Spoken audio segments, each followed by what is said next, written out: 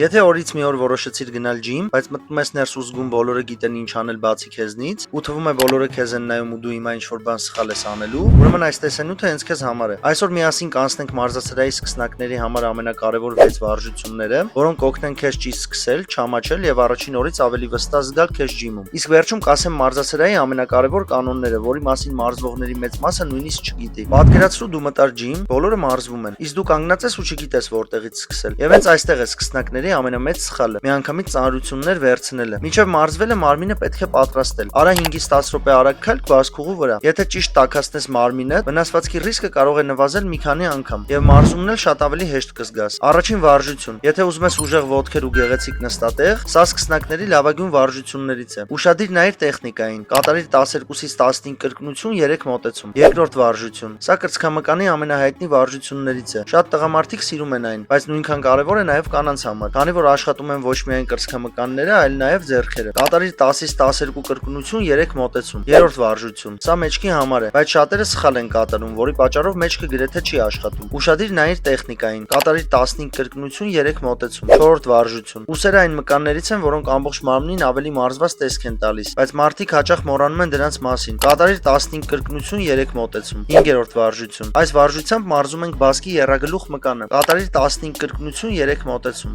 6-րդ վարժություն։ Մարզում ենք երկգլուխ մկանը։ Կատարիր 15 կրկնություն, 3 մոտեցում։ Ու այսքանով կարող ես ավարտել առաջին լիարժեք մարզումը։ Բայց հիմա ամենակարևորը։ Եթե ուզում ես ջիմում քեզ վստահ զգաս ու մարդիկ հաճույքով շփվեն քեզ հետ, հետևիր այս կանոններին։ Մարզման եկ մաքուր հագուստով։ Հագիր հարմարավետ սպորտային հագուստ։ Շատ ուժեղ օծանելիք մի օգտագործիր։ Օգտագործիր սրբիչ եւ մաքրիր մարզասարքը։ Այնտեղ որտեղ չի թույլատրվում ծանրությունները մի գցիր հատակին։ Մի խոսիր մարդու հետ, երբ նա վարժություն է անում։ Ավարտելուց հետո ծանրաքարերը դիր իրենց տեղը։ Եթե այս տեսանյութը օգտակար էր, պահիր այն, որ հետո չկորցնես։ Մեկնաբանություններում գրիր, որ վարժությունն է քեզ ամենաշատը դուր եկել եւ ինչքան քաշերով ես մարզվում։ Իսկ եթե ուզում ես իմանալ ինչպես կազմակերպել հետագա մարզումներդ, բաժանորդագրվիր ալիքին։